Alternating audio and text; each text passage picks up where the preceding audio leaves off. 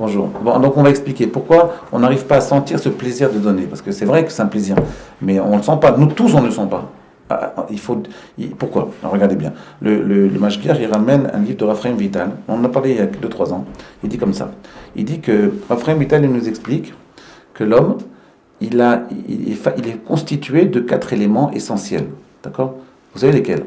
Yesod ha'esh, Yesod ha'ruach, Yesod ha'mayim, Yesod ha'afar. L'homme, comment Akadosh Baruch Hu, il a créé l'homme? Il a pris 4 constituants. Il a pris le feu, il a pris l'air, il a pris l'eau, il a pris la terre. Et il a fait un mélange très harmonieux et il a créé l'homme. D'accord? Il a créé le corps humain. Pas l'homme, le corps humain.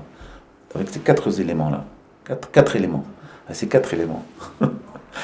Avec ces 4 éléments. Ok. Et donc,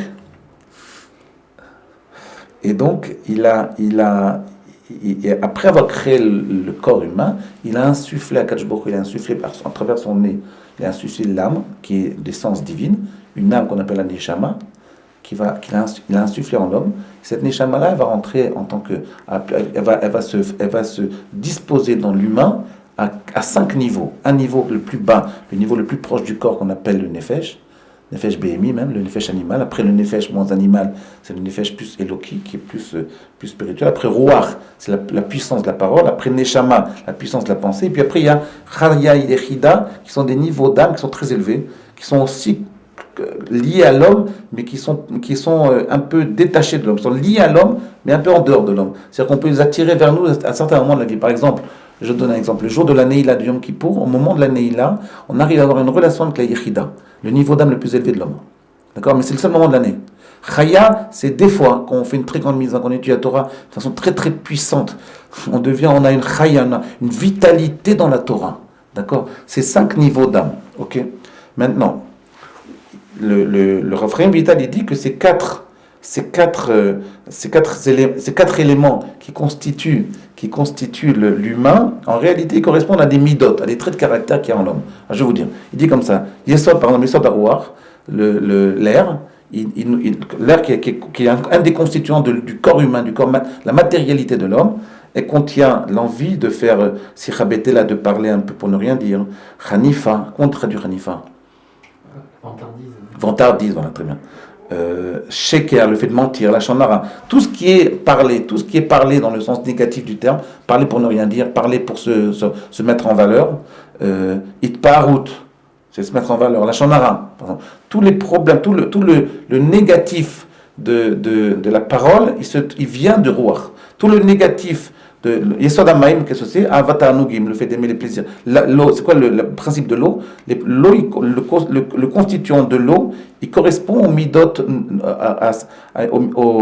aux traits de caractère négatifs, aux traits de caractère qui sont le fait d'aimer les plaisirs, d'aimer l'argent, d'aimer les femmes et la jalousie. D'accord? Ça, c'est l'eau. Afar, tout ce qui est afar, c'est le constituant de la terre, c'est la tristesse, c'est l'abandon de soi, c'est la fainéantise. Ça c'est l'afar.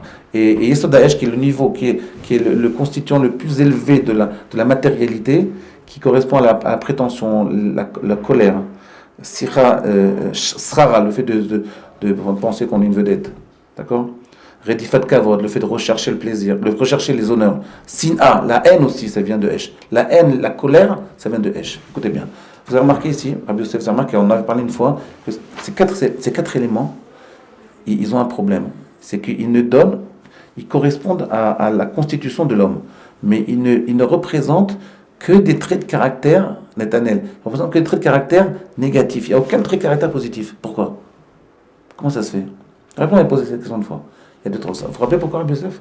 Pourquoi c'est les 4 constituants de l'homme, du corps humain, ils vont générer des traits de caractère que négatifs. Regardez, sur ces 4 traits de caractère, regardez dans les shows, ici dans la page Kouf, même Zaïd, 137, regardez, ici là, vous voyez, il n'y a aucun constituant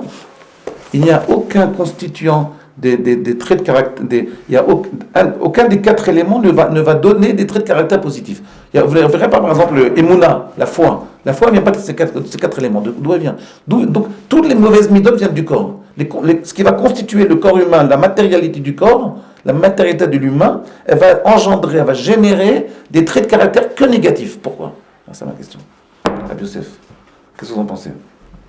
Vous avez la réponse? Dites-la, dites-la. Je suis sûr que vous l'avez. Netanel, tu as la réponse? Non. Bon, alors comment on va répondre? Alors je vais vous dire, la réponse est simple. Rav Chaim Vital, dans son Sefer Sha'arei Kedusha, il répond. Il dit pourquoi? Il dit parce qu'en réalité, les traits de caractère positifs ne se trouvent pas dans la superficialité de l'homme. Ils se trouvent dans l'intériorité de l'homme. C'est-à-dire, si un homme il ne vit qu'une vie matérielle, qu'une vie superficielle, qu'il ne vit qu'avec son corps, d'accord? Alors il y aura que les traits de caractère négatifs qui vont sortir. Pour que les traits de caractère positifs comme la bonté, comme le chesed, comme la crainte de Dieu, comme la foi, comme le fait de faire attention à ce que son prochain y pense, le fait de prendre conscience de la souffrance de l'autre, par exemple, ces traits de caractère, ils ne sont pas naturels chez l'homme. Ils viennent d'une intériorité, ils viennent de l'âme, si vous voulez, du nefesh eloki, de l'âme intérieure, si vous voulez, de la neshama en fait. Ils viennent de ce que Akadosh Baruch Hu nous a donné après. Vous voyez, il y a eu le corps humain, et puis après, Akadosh Baruch Hu nous a insufflé quelque chose. Ce qui nous a insufflé, c'est à l'intérieur de nous. C'est ce qui va nous donner notre vitalité. Mais en réalité, si on ne vit qu'avec notre corps, ce qui va sortir de l'homme, ce n'est que les traits de caractère négatifs. La question, c'est... Alors si c'est comme ça, on ne peut plus faire de mitzvot. Pourquoi on va faire des mitzvot?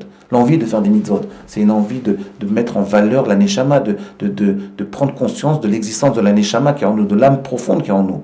Mais comme on vit rarement avec notre neshama, on vit avec notre corps. Donc comment on va pouvoir faire des mitzvot? Par exemple, le chesed, ce qu'on a parlé hier, les trouma, le fait de donner, le fait d'aider les gens, le fait d'aider les yeshivot, le fait d'aider le peuple juif, d'aider les pauvres. C'est pas instinctif. L'instinct fait, je garde l'argent pour moi. Ce qui va me faire vivre, c'est le fait, ce qui va me faire vivre mon intériorité, c'est le fait que je prenne conscience qu'en réalité, si je donne, alors je vais grandir intérieurement. D'accord? Mais le problème, c'est qu'on ne vit pas intérieurement, on vit avec l'extérieur. Comment faire pour vivre intérieurement? Comment faire pour dévoiler le côté neshama qui est en moi? Voilà, c'est la question. Demain, on y répondra. Demain.